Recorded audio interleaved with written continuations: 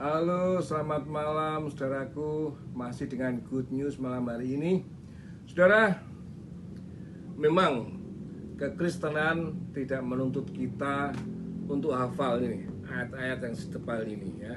Tapi jika hafal, ya lebih bagus tuh ya, kayak orang-orang Yahudi ya, hafal kitab Perjanjian Lama, Torah dan Zabur. Tapi kalau tidak ada aplikasinya atau tindakan sesuai dengan iman mereka yang ada dalam firman ini, saya kira kok percuma saja ya, nggak ada artinya ya.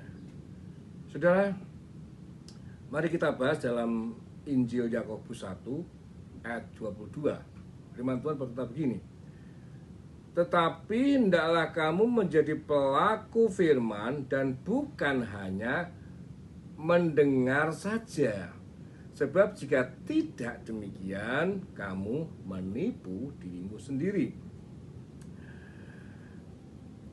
Saudara, kebanyakan dari kita suka mendengarkan khotbah di gereja. Bahkan tidak sedikit ya yang jemaat itu yang milih-milih gereja ya. Dalam tanda kutip, wah, pendetanya gereja itu bagus loh khotbahnya ya.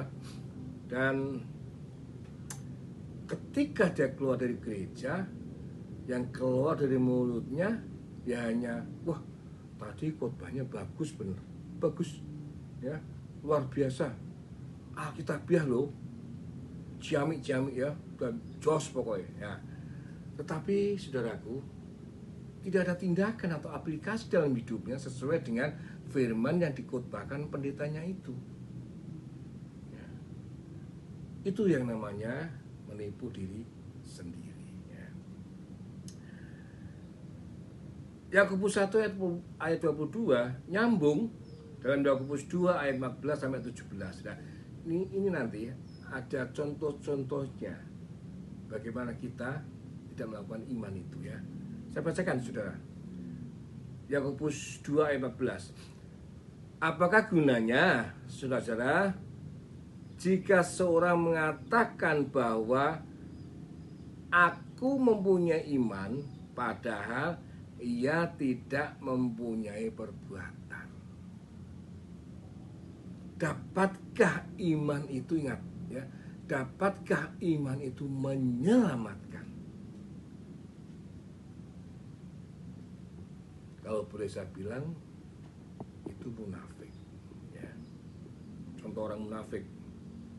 Nah, saudara, ada hal yang paling penting di sini adalah ada contohnya seperti ini ya di dalam Yakobus 2 ayat 15 sampai 16. Contohnya begini. Jika seorang saudara atau saudari tidak mempunyai pakaian dan kekurangan makanan sehari-hari, artinya setiap hari ya, dan seorang dari antara kamu berkata, selamat jalan, kenakanlah kain panas dan makanlah sampai kenyang, tetapi dia tidak memberikan kepadanya apa yang perlu bagi tubuhnya,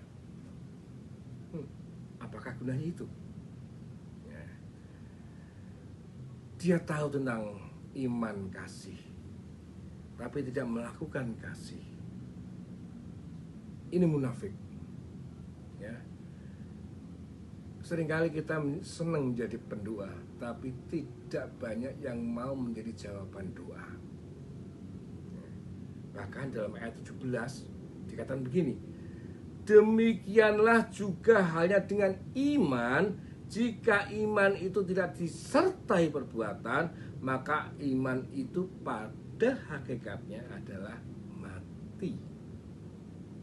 Arti mati dalam hal ini adalah iman itu tidak membuat perubahan hidup. Dan seperti di dalam Yakobus 2 ayat 14 dikatakan begini, dapatkah iman itu menyelamatkan dia? Ya, saudaraku, dapatkah iman itu menyelamatkan dia? Karena tidak ada perbuatan. Saudara, bagaimana dengan Anda dan saya?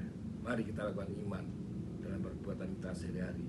Dan jangan lupa, mari kita bahagia dengan secara sederhana dan dengan apa adanya. Gusti pada berkah.